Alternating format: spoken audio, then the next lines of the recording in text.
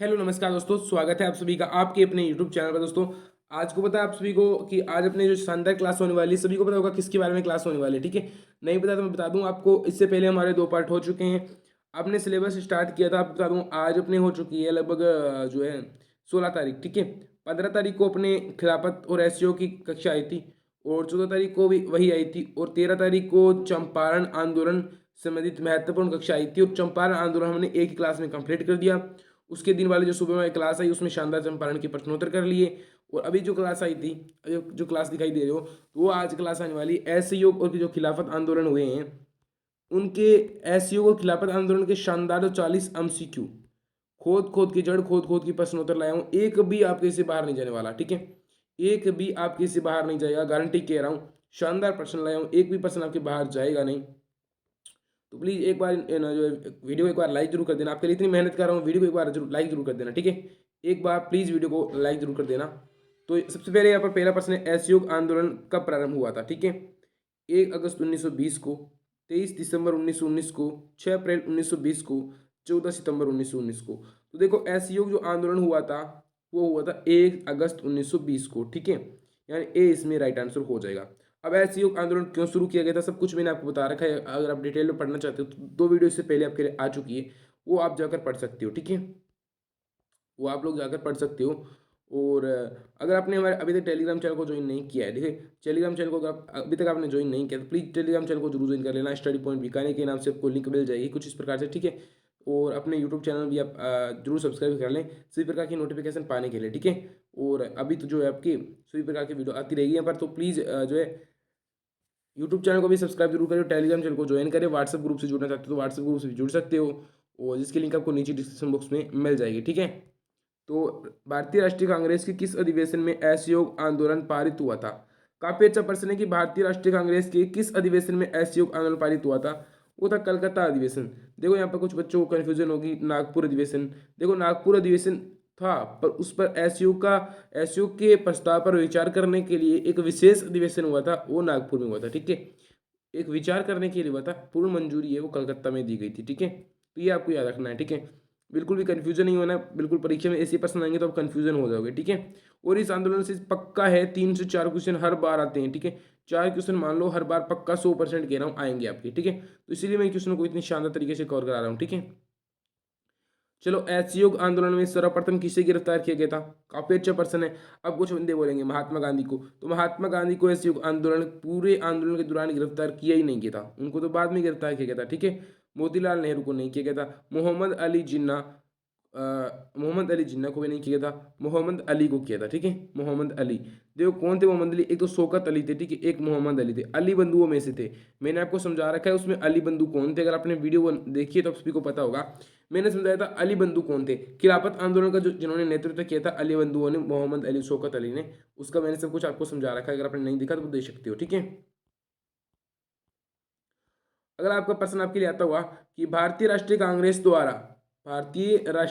द्वारा किसकी अध्यक्षता में असहयोग आंदोलन को पारित किया गया था। देखो काफी अच्छा प्रश्न है कि भारतीय राष्ट्रीय कांग्रेस द्वारा किसकी अध्यक्षता में असहयोग आंदोलन को पारित किया गया था। तो लाला लाजपत राय उस समय अध्यक्ष थे कांग्रेस के, तो उसी समय इसको पारित किया गया था असहयोग आंदोलन को। ठीक है, ये मैंने आपको समझा दिया था। सब कुछ प्रश्न वहीं से आ रहे हैं, अगर आपने पढ़ा है तो आपको सब कुछ आते होंगे। ठीक है, सब कुछ आपको आते होंगे अगर आपने पढ़ा है तो।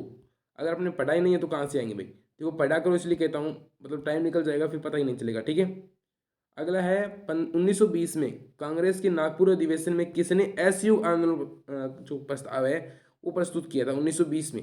ठीक है, कांग्रेस में जो नागपुर अधिवेशन होता है, कांग्रेस का नागपुर अधिवेशन, उसमें किसने असहयोग आंदोलन का प्रस्ताव है प्रस्तुत किया था। तो 1920 के कांग्रेस के नागपुर अधिवेशन में एससीओ का प्रस्ताव जो इन्होंने जो प्रस्तुत किया था, CR दास। CR दास का पूरा नाम है चित्तरंजन दास। ठीक है, चित्तरंजन दास।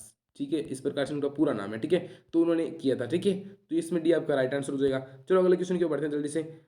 राजनीतिक शक्ति प्राप्त करने, देखो अगला प्रश्न काफी अच्छा प्रश्न है। राजनीतिक शक्ति प्राप्त करने के लिए गांधी जी ने कौन सा आंदोलन किया था। ठीक है, भारत छोड़ो आंदोलन, नील आंदोलन, असहयोग आंदोलन, नमक आंदोलन।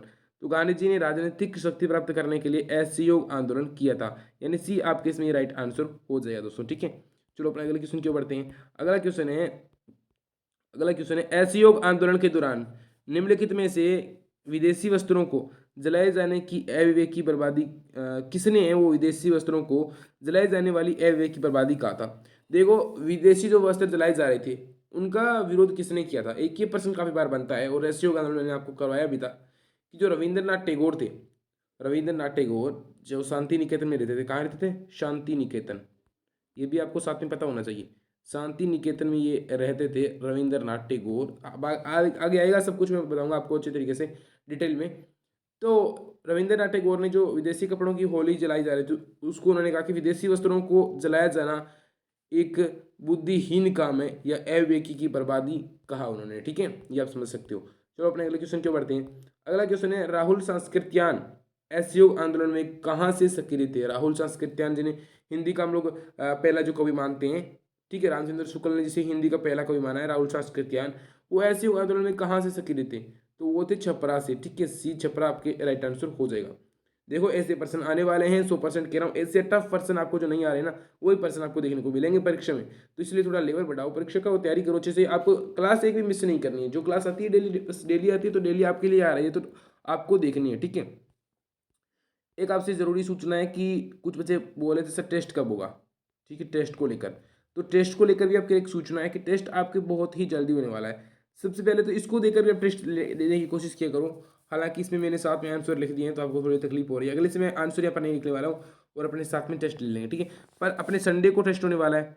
ठीक है, कल जो अपना सैटरडे को, आज परसों संडे है, तो सैटरडे को मैं आपको एक वीडियो लाने वाला हूँ जिसमें बताऊंगा कि कैसे आपको टेस्ट देना है। ठीक है, ऑनलाइन टेस्ट आपको कैसे देना है और कैसे आपके मार्क्स जारी होंगे, सब कुछ मैं आपको बताने वाला हूँ। तो आपको वीडियो को बस वेट करना है, अभी तो आप बस तैयारी करो। ठीक है, टेस्ट लेना मेरा काम है, देना आपका काम है। असहयोग आंदोलन का प्रस्ताव निम्नलिखित में से किसके द्वारा लिखा गया था। ठीक है,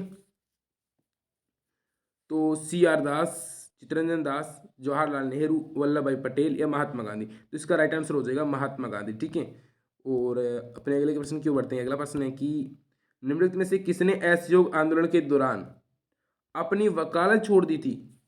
ठीक है, तो असहयोग आंदोलन के दौरान कौन थे जिन्होंने वकालत छोड़ दी थी। मोतीलाल नेहरू ने, सी आर दास ने, तेज बहादुर सप्रू ने, या फिर उपरोक्त में से कोई नहीं। देखो इनमें से कोई भी वैसे वकील था ही नहीं। एक वकील ऐसे थे जिन्होंने अपनी वकालत छोड़ दी थी, उसका नाम आपको कमेंट बॉक्स में जरूर बताना भाई। जो भी बताएगा मैं सबसे पहले उसी को देखने वाला हूँ कि कौन इसका नाम बता सकता है। देखते कौन इंटेलिजेंट है जो कि इसका आंसर बता सकता है। असहयोग आंदोलन के समय किसने अपनी वकालत छोड़ दी थी, आप उसे जानते हो अच्छी तरीके से। कौन, देखते हैं कौन कौन इसका आंसर बता सकता है। तो प्लीज़ कमेंट में, मैं सभी का कमेंट पढ़ने वाला हूँ, वीडियो जैसे खत्म होगा सबके कमेंट पढ़ने वाला हूँ। तो प्लीज़ कमेंट जल्दी से जल्दी, जो करेगा पहला कमेंट उसको देखते हैं। बाकी मुझे पता है काफ़ी, जब भी आप वीडियो देखो, जब भी आप वीडियो देख रहे हो, प्लीज़ अभी जाकर नीचे कमेंट करो कि कौन थे जिन्होंने वकालत छोड़ दी थी। काफ़ी अच्छा पर्सन है, और अगर आपको नहीं पता तो कमेंट बॉक्स में जाकर देख लो, किसी ने तो आंसर दिया ही होगा। ठीक है, आई थिंक। चलते हैं अपने अगले क्वेश्चन की ओर। असहयोग आंदोलन के दौरान नेशनल कॉलेज कलकत्ता के प्रधानाचार्य किसे बनाया गया था। असहयोग आंदोलन के दौरान नेशनल जो है कॉलेज कलकत्ता के प्रधानाचार्य किसे बनाया गया था। जवाहरलाल नेहरू को, तेज बहादुर सप्रू को, सुभाष चंद्र बोस को, या फिर मदन मोहन मालवीय को। देखो मदन मोहन मालवीय को भारत विभूषित भी कहते थे। ठीक है, ये बात आपको याद रखनी है साथ में। और इसका जो नेशनल जो कॉलेज है उसके प्रधानाचार्य सुभाष चंद्र बोस को बनाए गए थे। ठीक है, तो सी आपके इसमें राइट आंसर दोस्तों हो जाएगा। ठीक है, सी आपके इसमें क्या है, राइट आंसर हो जाएगा। चलो अपने अगले क्वेश्चन क्यों बढ़ते हैं। अगला है तिलक स्वराज फंड की स्थापना है वो निम्नलिखित में से किस आंदोलन के समय की गई थी। जो तिलक स्वराज फंड है उसकी स्थापना, ये देखो मैंने आपको कल का वाले वीडियो में 100% समझाया था। परसों वाला जो वीडियो था ना, परसों वाला, उसमें सबसे लास्ट टॉपिक यही था कि तिलक स्वराज फंड उसकी स्थापना किस आंदोलन के समय हुई थी। तो असहयोग आंदोलन के समय हुई थी। ये क्या था, किसके लिए हुआ था, सब कुछ आपको वीडियो के डिटेल में मिल जाएगा। तो पहली वीडियो जो असहयोग वाली है पार्ट 1, उसमें आपको सबसे लास्ट में यही पर्सन देखने को मिलेगा, तिलक स्वराज फंड। ठीक है, तो मैं कह रहा हूँ बहुत ही डीपली पढ़ना है। अगर आप डीपली नहीं पढ़ोगे, मैं सीधा क्वेश्चन कराता आपको, तो क्या पता होता आपको स्वराज फंड क्या है। इसलिए कहता हूँ थ्योरी चैप्टर पढ़ने पड़ेंगे, इसलिए मैं आपको सिलेबस कवर कराता हूँ, क्योंकि मुझे पता है कि सिलेबस कवर के बिना आप टॉप नहीं कर पाओगे। बस जो क्वेश्चन करा रहे हैं वो उसमें आप बुढ़ापे में जा रहे हो। क्वेश्चन करने से कुछ नहीं होता, आपको सिलेबस तो कंप्लीट करना ही होगा। ठीक है, ट्यूशन तो अब लास्ट में करेंगे, सबसे लास्ट में ट्यूशन करेंगे। और वैसे एक क्वेश्चन टॉपर सीरीज आपके लिए आती भी है, जिसमें आपके आत्मकथा के लिए शानदार क्वेश्चन आ रहे हैं। जो बुक है सत्य के साथ मेरे प्रयोग, उससे शानदार क्वेश्चन आ रहे हैं। वो आपके डेली 1 बजे आपको वीडियो मिलता है। स्कूल से आने के बाद, जैसे आप स्कूल से आते हो उसके बाद सबसे पहले आपको 1 बजे फिक्स वो वीडियो मिलता है, ठीक है। असहयोग आंदोलन के दौरान दरभंगा रियासत की ज्यादती के विरोध में किसने चंपारण आंदोलन के तर्ज पर बिहार में आंदोलन प्रारंभ कर दिया था। काफी अच्छा प्रश्न आपके लिए कि असहयोग आंदोलन के दौरान दरभंगा रियासत के ज्यादती विरोध में किसने चंपारण आंदोलन के तर्ज पर बिहार में आंदोलन प्रारंभ कर दिया था। तो वो था विशुभरण प्रसाद, ठीक है। ये आपके इसमें राइट आंसर हो जाएगा। हालांकि ये क्वेश्चन मैंने सिलेबस में भी नहीं कराया था, पर ये क्वेश्चन इंपॉर्टेंट था, इसलिए मैंने इसमें इंक्लूड कर लिया, ठीक है। अब आंध्र प्रदेश की चिराला चिराला पिराला शहर में नगर पालिका कर बढ़ा देने की वजह से किसके नेतृत्व में शहर के बासिंदों ने शहर का परित्याग कर दिया था, ठीक है। परित्याग कर दिया था। ये प्रश्न भी काफ़ी अच्छा प्रश्न है, और ये प्रश्न भी मैंने आपको करवाया था। और इसका राइट आंसर हो जाएगा दुगाल दुगालिर्जा कृष्णया ने, ठीक है। तो ये प्रश्न आपको पता होना चाहिए, 100% कह रहा हूँ। अगर आपको पता होगा ही नहीं तो आप कैसे कर पाओगे, ठीक है। स्वराज की गंध से मेरे नथुने फटने लगे हैं, किसका कथन है ये, ठीक है। स्वराज की गंध से मेरे नथुने फटने लगे, ये कथन किसका है। वास्तव में बहुत प्रसिद्ध कथन है, और ये कथन महात्मा गांधी जी का। ये आपने नहीं सुना होगा, पर ये कथन 100% कह रहा हूँ, परीक्षा में आपको देखने को मिलेगा। तो प्लीज़ यार इस कथन, सभी कथनों को याद रखना है, क्योंकि मैं आपके लिए सबसे पहले मैं आपको खुला कहता हूँ, मैं पर्सन ही ऐसे लाता हूँ जो कि परीक्षा में ही आपको देखने को मिलते हैं, ठीक है। ये पर्सन आपको और कहीं देखने को नहीं मिलेंगे, ठीक है। हार्डली क्वेश्चन बनाता हूँ। सबसे पहले मेरी यही विशेषता मेरे चैनल की, कम पढ़ो पर कंटेंट अपने अच्छा पढ़ो, ठीक है। सब कुछ अपने पढ़ने वाले हैं, ठीक है। अगला है, एक वर्ष में स्वराज का नारा गांधी जी ने किस आंदोलन के दौरान दिया था। यानी 1 वर्ष में स्वराज प्राप्त करना है, ऐसा नारा गांधी जी ने किस आंदोलन के दौरान दिया था। तो गांधी जी ने असहयोग आंदोलन में कहा था कि एक साल के भीतर ही हम लोग आज़ाद हो जाएंगे, यानी स्वराज प्राप्त कर लेंगे। तो फिर ऐसा हुआ नहीं था हालांकि, तो वो असहयोग आंदोलन के समय ही कहा था, ठीक है। अगला पर्सन काफ़ी इंपॉर्टेंट पर्सन है, और आपको यहाँ पर थोड़ा ध्यान भी रखना चाहिए, आई थिंक। वो ये पर्सन काफ़ी इंपॉर्टेंट, मैं कह रहा हूँ काफ़ी इंपॉर्टेंट पर्सन है, आपको थोड़ा सा विचार करना है, ठीक है। निम्नलिखित में से कौन सा कथन है वो असहयोग आंदोलन के संबंध में सही नहीं है। इस आंदोलन की अवधि 1920 से 1922 तक थी। जी हाँ, बिल्कुल थी। 1 अगस्त 1920 से शुरू होता है और 1922 में 4 फरवरी को खत्म होता है, तो ये तो ठीक है। 1 वर्ष में स्वराज की घोषणा गांधी जी ने सर्वप्रथम यंग इंडिया के एक लेख के माध्यम से की थी। देखो यहाँ पर कितने पर्सन मैं बना रहा हूँ, ये भी आपके लिए सही है, कथन बी भी आपके लिए सही है, लेकिन इसमें ध्यान देने योग्य बात है कि यंग इंडिया में उन्होंने लिखा था। तो ये क्वेश्चन आपके लिए बनने वाले हैं, बिल्कुल डीपली बना रहा हूँ, एकदम डीपली क्वेश्चन। इसके बाहर कोई भी क्वेश्चन नहीं आएगा, 100% कह रहा हूँ। पेपर देखा जिस दिन आना उस दिन कमेंट कर सकते हो, सर इससे बाहर का क्वेश्चन आया, बिल्कुल क्वेश्चन नहीं आने वाला, मुझे अनुभव है, बिल्कुल भी इसके बाहर क्वेश्चन नहीं आने वाले हैं, ठीक है। तो 1 वर्ष में स्वराज की घोषणा गांधी जी ने सर्वप्रथम यंग इंडिया के एक लेख के माध्यम से की थी, बिल्कुल राइट है। इसी आंदोलन के दौरान पांडे ने द्री पाहु तालुका में कर नए दिनी करने का आंदोलन चलाया गया था। जी हाँ, बिल्कुल चलाया गया था। अगला है, काकोरी कांड की वजह से गांधी जी ने आंदोलन को समाप्त या वापस ले लिया था। बिल्कुल गलत है ये, ठीक है, क्योंकि ये जो आंदोलन गांधी जी ने वापस लिया था वो काकोरी कांड की वजह से नहीं, बल्कि चोरा चोरी कांड की, ठीक है। चोरा चोरी की जो घटना हुई थी, हिंसक घटना, जिसमें लगभग 22 पुलिस वालों को मार दिया गया था, थाने में जला दिया गया था, उस हिंसक घटना के कारण इस आंदोलन को वापस लिया गया था। ये भी आपको थोड़ा ध्यान में होना चाहिए, ठीक है। चलो अपने अगले क्वेश्चन की ओर बढ़ते हैं। अगला क्वेश्चन है, असहयोग आंदोलन के प्रभाव से कौन सी घटना घटित नहीं हुई थी, ठीक है। ब्रिटिश अदालतों का बहिष्कार हुआ था, बिल्कुल लोगों ने किया था। सरकारी विद्यालयों का बहिष्कार, स्टूडेंट्स ने भी सरकारी विद्यालय छोड़ दिए थे। स्वदेशी को प्रोत्साहन मिला था, ये भी हुआ था। महिलाओं को मताधिकार बिल्कुल नहीं मिला था। देखो महिलाओं को उसमें कुछ भी नहीं मिला था, और उसमें उसमें महिलाएं इंक्लूडेड भी कम थी ऐसे युग में। महिलाएं तो बाद में के जो 7 के आंदोलन आए उसमें महिलाएं बहुत ज़्यादा उन्होंने भाग लिया था, ठीक है। तो इसमें डी आपका राइट आंसर हो जाएगा, महिलाओं को मताधिकार वगैरह कुछ नहीं दिया गया था, ठीक है। अगला है, असहयोग आंदोलन वापस लेने के लिए गांधी जी के विरुद्ध निंदा प्रस्ताव है वो किसने प्रस्तुत किया था। असहयोग आंदोलन वापस लेने के लिए गांधी जी के विरुद्ध निंदा प्रस्ताव है वो किसने प्रस्तुत किया था। मतलब किसने कहा था कि गांधी जी को ये प्रस्ताव, जो असहयोग आंदोलन है वो वापस लेना चाहिए। डॉक्टर मुंजे, सुभाष चंद्र बोस, जवाहरलाल नेहरू, केटी साह। तो डॉक्टर जो मुंजे थे उन्होंने कहा था कि गांधी जी को ये आंदोलन है वो वापस ले लेना चाहिए, उसकी प्रति उन्होंने निंदा की थी। क्या की थी, निंदा की थी। और ये शानदार प्रश्न आपके लिए। अगला है, निम्नलिखित में से किसने तार द्वारा महात्मा गांधी को चोरा चोरी की घटना की सूचना दी थी? काफ़ी अच्छा प्रश्न है। किसने तार द्वारा महात्मा गांधी को चोरा चोरी की घटना की सूचना किसने दी थी? तो दशरथ प्रसाद द्विवेदी ने गांधी जी को कहा था कि ऐसी हिंसक घटना एक जो है चोरा चोरी गोरखपुर में हुई है। तो उसके बाद गांधी जी ने जो है गोरखपुर में ऐसी घटना हुई, तो उसके बाद गांधी जी ने इस आंदोलन को समाप्त कर दिया था। ठीक है, तो चोरा चोरी की घटना की सूचना है वो गांधी जी को किसने दी थी? दशरथ प्रसाद द्विवेदी। नाम आपको याद रखना है, 100% कह रहा हूँ। ठीक है, अगला है चोरा चोरी की घटना कब घटित हुई थी? ठीक है, तो चोरा चोरी की जो घटना है वो कब घटित हुई थी? देखो, 1 फरवरी 1922 को, 5 फरवरी 1922 को, 8 फरवरी 1922 को, 13 फरवरी 1922 को। सबसे पहले बता दूं, इसका राइट जो आंसर है वो क्या है? 5 फरवरी 1922। पर दोस्तों एक बात यहाँ पर आपको ध्यान रखनी है कि अगर ऑप्शन में 4 फरवरी भी आ जाए और 5 फरवरी भी आ जाए तो आपको राइट 4 फरवरी को करना है। ठीक है, 4 फरवरी को आपको करना है। बात ये है कि मतलब दोनों लगभग 100% है कि दोनों एक साथ आएंगे ही नहीं। ठीक है, या तो 4 फरवरी आएगा या 5 फरवरी, क्योंकि इसमें मतभेद है, तो इसलिए यहाँ पर 4 फरवरी ही आपके आ सकता है। तो 4 फरवरी करना भी है आपको। ठीक है, अगर 4 आ जाए, 5 नहीं दिखे तो 4 को करना है। अगर 4 और 5 दोनों आ जाए तो आप मतलब किसी को भी कर देना, आपका राइट होगा। मेरे हिसाब से आपको 4 करना चाहिए। ठीक है, अगला है महात्मा गांधी ने 1922 में असहयोग आंदोलन को क्यों वापस ले लिया था? ये काफ़ी अच्छा प्रश्न है। ठीक है, महात्मा गांधी ने 1922 में असहयोग आंदोलन को क्यों वापस ले लिया था?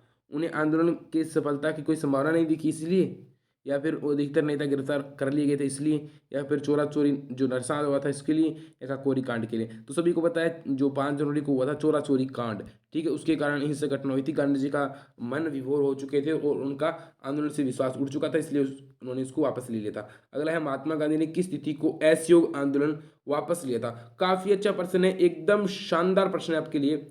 और ये प्रश्न मैंने आपको आई थिंक करवा भी दिया है कि महात्मा गांधी ने किस तिथि को असहयोग आंदोलन वापस लिया था। अब कुछ बंदे 5 फरवरी का ही बोलेंगे, पर 5 फरवरी की रात को तो ये घटना हुई थी, रात को चोरा चोरी की घटना हुई थी, तो आंदोलन वापस कैसे लिया जा सकता था? तो गांधी जी ने 12 फरवरी 1922 को इस आंदोलन को वापस लिया था, यानी लगभग 7 दिन बाद में। ठीक है, 7 दिन तक फिर भी आंदोलन चलता रहा छुटपुट, और उसके बाद इस आंदोलन को वापस लेने की गांधी जी ने घोषणा कर दी थी। ठीक है, क्या कही थी? घोषणा कर दी थी। अब शानदार, जल्दी जल्दी करते हैं, क्वेश्चन काफ़ी है और टाइम भी अपनी ज़्यादा लगा दिया। अगला है चोरा चोरी नरसंहार के वक्त गांधी जी कहाँ थे? काफ़ी अच्छा प्रश्न है कि चोरा चोरी जी की जो घटना हुई थी उसमें गांधी जी थे कहाँ? लाहौर में, अमृतसर में, दिल्ली में, बारडोली में। देखो, लाहौर है जो अपने पंजाब आता है वहीं पर लाहौर है, और अमृतसर भी पंजाब में है। दिल्ली तो दिल्ली है ही, बारडोली आपके सत्याग्रह गुजरात में है। ठीक है, बारडोली है वो गुजरात में है। बारडोली सत्याग्रह भी हम लोग शानदार तरीके से पढ़ने वाले हैं, और गांधी जी उस समय थे बारडोली में, और उस जो बारडोली सत्याग्रह हुआ था उसको हम लोग शानदार तरीके से पढ़ने भी वाले हैं। आगे अपनी क्लास जो आएगी उसमें बारडोली सत्याग्रह को भी पढ़ने वाले हैं। ठीक है, तो चोरा चोरी नरसंहार के वक्त गांधी जी कहाँ थे? तो गांधी जी गुजरात में बारडोली स्थान पर थे। ठीक है, अगला प्रश्न की ओर बढ़ते हैं। अगला प्रश्न है, गांधी जी ने अखिल भारतीय कांग्रेस समिति की किस किस बैठक में असहयोग आंदोलन को वापस लिया था? गांधी जी ने अखिल भारतीय कांग्रेस समिति किस बैठक में असहयोग आंदोलन को वापस लिया था? बारडोली की, गया की, अमृतसर की, या लखनऊ में? तो गया में एक 12 फरवरी को मीटिंग होती है, 12 फरवरी को, उसमें गांधी जी ने कहा था कि असहयोग आंदोलन वापस ले लिया जाए। तब कुछ नेताओं ने विरोध किया था, हालांकि आपको याद रखना है कुछ नेताओं ने विरोध किया था। मोतीलाल नेहरू ने, एंड्रूज ने, जो बड़े बड़े नेता थे, सी आर दास ने, इन्होंने जो विरोध किया था कि गांधी जी अगर आपको आंदोलन शुरू नहीं करना चाहिए, अगर आप शुरू नहीं कर दिया है तो इसका प्लीज़ इसको एक बार जो है इसको अभी आपको ख़त्म नहीं कर सकते। ठीक है, तो सॉरी दोस्तों, ये थोड़ी मिस्टेक हो चुकी। ठीक है, चलो इसको कर लेते हैं सही एक बार। ठीक है, हाँ, तो अपने सही हो चुका है बिल्कुल। तो बारडोली में इन्होंने आंदोलन है उसको वापस ले लिया था। ठीक है, चलो अपने अगले क्यों चलते हैं। अगला क्वेश्चन है, किस घटना के बाद जो है महात्मा गांधी ने असहयोग जो आंदोलन है उसको अपनी हिमालय जैसी भूल बताई? गांधी जी ने किस घटना के बाद, महात्मा गांधी ने किस घटना के बाद असहयोग जो आंदोलन है उसको अपनी हिमालय जैसी भूल बताई? ठीक है, तो वो था चोरा चोरी नरसंहार जो हुआ था 5 फरवरी को, मैंने बता दिया आपको 5 फरवरी को जो हुआ था। उसके बाद गांधी जी ने कहा ये मेरी हिमालय जैसी भूल थी कि मैंने असहयोग आंदोलन को शुरू किया। ठीक है, मतलब इतनी हिंसा हुई और गांधी जी का उससे मन उठ चुका था, क्योंकि गांधी जी अहिंसावादी व्यक्ति थे। ठीक है, खैर जो भी हो, वो अब उनकी अपनी सोच थी। ठीक है, असहयोग आंदोलन की सही उपलब्धि क्या रही? ठीक है, ये भी आपको याद रखना है थोड़ा, यहाँ तक ले आता हूँ मैं इसको। हाँ, हाँ, तो प्रश्न है कि असहयोग जो आंदोलन है उसकी सही उपलब्धि क्या रही? ब्रिटिश शासन कमजोर हो गया था, राष्ट्रीय एकता में दृढ़ता आ गई थी, लोगों के मस्तिष्क से अंग्रेजों का भय निकल गया था, भारतीय प्रशासन की कमान ईस्ट इंडिया कंपनी से ब्रिटिश गवर्नमेंट को हस्ताक्षरित हो गई थी। देखो, ऐसा कुछ भी नहीं हुआ था, सिर्फ एक हुआ था कि लोगों के मस्तिष्क से, यानी लोगों के मन से अंग्रेजों से भय निकल गया था। उन्हें अब अंग्रेजों से डर नहीं लग रहा था, उनका अंग्रेजों से जो भय है वो मिट चुका था। ठीक है, ये सबसे बड़ी बात थी। अगला है असहयोग आंदोलन के दौरान किसने है वो पटना कॉलेज छोड़ दिया था। ये कौन है जिसने पटना कॉलेज छोड़ दिया था? जयप्रकाश नारायण ने, हसन इमाम ने, कृष्ण सिंह ने या राजेंद्र प्रसाद ने। तो पटना कॉलेज छोड़ा था जयप्रकाश नारायण ने। ठीक है, तो ए आपके इसमें राइट आंसर होने वाला है 28वें में। चलो अपने अगले क्वेश्चन के बढ़ते हैं। अगला क्वेश्चन है असहयोग आंदोलन की समाप्ति के पश्चात महात्मा गांधी को जज ब्रूमफील्ड द्वारा कितने वर्षों की सजा सुनाई गई थी? देखो, जज जो ब्रूमफील्ड थे उन्होंने गांधी जी को 6 वर्ष की सजा सुनाई थी। अब गांधी जी को 6 वर्ष की सजा सुनाई थी, उन्होंने कहा कि अगर गांधी जी को रिहा करने का कोई प्रावधान मेरे पास होता तो मैं गांधी जी को रिहा कर देता, ऐसी महान पुरुष को, क्योंकि वो गांधी जी से इतने खुद प्रभावित हो चुके थे जज ब्रूमफील्ड। और ये प्रश्न भी आता है कि गांधी जी को असहयोग आंदोलन के पश्चात जो है कैद की सजा किसने सुनाई थी? तो किस जज का क्या नाम था? तो जज का नाम था जज ब्रूमफील्ड। ठीक है, 6 वर्ष की सजा सुनाई गई थी। गांधी जी का स्वास्थ्य खराब हो गया तो फिर गांधी जी को छोड़ दिया गया 2 या 3 वर्ष में भी। ठीक है, तो ये भी सब आपको मैं आगे बताने वाला हूँ सब कुछ।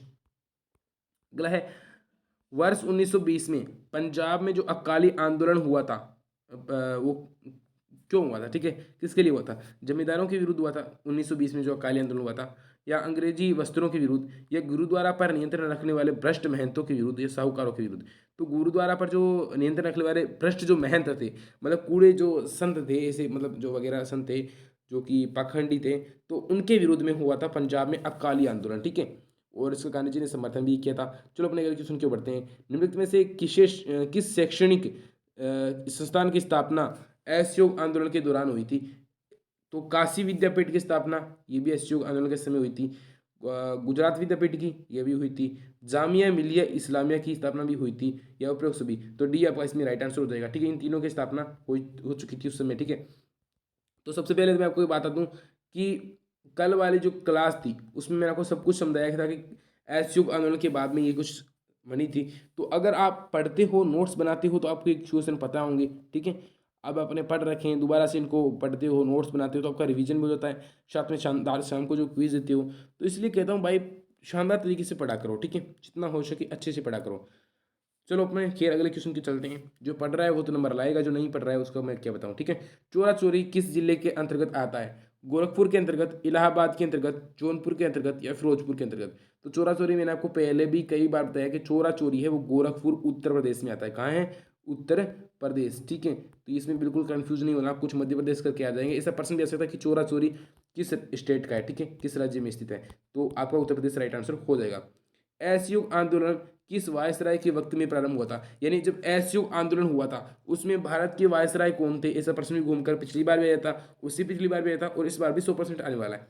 तो उस समय थे लॉर्ड चैम्सफोर्ड, नाम याद रखना है, लॉर्ड चैम्सफोर्ड। और लॉर्ड इरविन, जब गांधी जी का 7वीं अवज्ञा आंदोलन हुआ था उसमें लॉर्ड इरविन थे, लॉर्ड वेलेल भी रह चुके हैं, मिंटो देती भी रह चुके हैं। तो ये सब इसमें राइट आंसर हो जाएगा आपका लॉर्ड चैम्सफोर्ड। ठीक है, अगला प्रश्न है कि अक्टूबर 1920 में भारतीय जो कम्युनिस्ट पार्टी की स्थापना के लिए ताशकंद में एकत्रित हुए। ठीक है, ताशकंद समझौता आपके देखो, एक ताशकंद समझौता आप सभी को पता होगा, पॉलिटिकल साइंस के स्टूडेंट हो, कक्षा 12 की पॉलिटिकल साइंस में ताशकंद समझौता दिया हुआ है जो कि 1966 में हुआ था। ठीक है, ये भारत और पाकिस्तान के बीच में हुआ था। तो अभी इसकी बात नहीं चल रही, अभी दूसरे की बात चल रही है कि भारतीय कम्युनिस्ट पार्टी की स्थापना के लिए ताशकंद में एकत्रित हुए भारतीयों के समूह के मुखिया निम्नलिखित में से कौन थे? एन के सरकार, पीसी जोशी, एमसी जाखल, या एम एन राय? तो जो एम एन राय थे वो उसके मुखिया थे। देखो आप सोच रहे होंगे ऐसे आंदोलन से हटकर क्वेश्चन कैसे आए, तो उसके समकालीन जो भी क्वेश्चन हुए थे वो भी यहाँ पर आने वाले हैं। ठीक है, उसके समकालीन जो हुई थे वो भी यहाँ पर आपके लिए आने वाले हैं। ठीक है, वो भी आपके यहाँ पर आएंगे, तो आपको ध्यान रखने वो भी। ठीक है, तो उसके समकालीन जो कुछ हुए थे वो सभी घटनाएं यहाँ पर आने वाली। सॉरी आपको बताता हूँ, कुछ वीडियो में थोड़ी मिस्टेक हो गई। ठीक है, 1920 में अहमदाबाद अधिवेशन में निम्नलिखित में से किसने संपूर्ण स्वराज को कांग्रेस का लक्ष्य मानने का प्रस्ताव रखा? अब्दुल कलाम आज़ाद ने, हजरत मोहानी ने, जवाहरलाल नेहरू ने, मोहनदास करमचंद गांधी ने। 1920 की जो अहमदाबाद अधिवेशन हुआ था उसमें किसने संपूर्ण स्वराज को कांग्रेस का लक्ष्य मानने का प्रस्ताव रखा? तो वो थे हजरत मोहानी। देखो एक पर्सन हो रहा था गांधी किसके साथ गांधी जी के संबंध बहुत खराब थे, ये गांधी जी के संबंध अच्छे नहीं थे, तो वो हजरत मोहानी थे। इन दोनों के बीच, गांधी जी और इनके बीच बहुत ज़्यादा लड़ाई चलती थी और एक दूसरे को नहीं मानते थे, बिल्कुल एक दूसरे के कट्टर विरोधी थे। ठीक है, ऐसा मान लो कि हजरत मोहानी और गांधी जी एक दूसरे के बहुत ही कट्टर विरोधी थे, उनकी बिल्कुल भी नहीं बनती थी, एक दूसरे से लड़ाई ही होती रहती थी। ठीक है, प्रश्न आएगा। ठीक है, अगला है पर्सन है अपने, अगला पर्सन है कि मतलब 35% हो गए अपने। अभी अपने चलते हैं अगले पर्सन की ओर, मतलब अब पर्सन अपने कंप्लीट हो चुके हैं। Thanks for watching, like for subscribe please. आपने देखा, लाइक कीजिए, शेयर कीजिए और सब्सक्राइब जरूर कीजिए। और टेलीग्राम चैनल को ज्वाइन नहीं किया तो टेलीग्राम चैनल जरूर ज्वाइन कर लेना, जिसकी लिंक भी आपको नीचे डिस्क्रिप्शन बॉक्स में मिल जाएगी। साथ ही व्हाट्सएप ग्रुप ज्वाइन नहीं किया तो व्हाट्सएप ग्रुप भी ज्वाइन कर सकते हो, जिसकी भी लिंक आपको नीचे डिस्क्रिप्शन बॉक्स में मिल जाएगी, ठीक है। और साथ ही अपने जो आज शाम को 8:30 बजे क्विज रखी गई है, तो उसमें भी आपको जरूर आना है, ठीक है। 8:30 बजे अपने क्विज रहती है, तो उसमें भी पधारना है जल्दी। आप सभी का हार्दिक स्वागत है उसमें भी, तो उसमें भी जरूर आना है आपको। और शानदार अपने क्वेश्चन थे, सभी को अपने देख लिया है। तो मिलते हैं दोस्तों अगले वीडियो में, तब तक के लिए दोस्तों जय हिंद, जय भारत।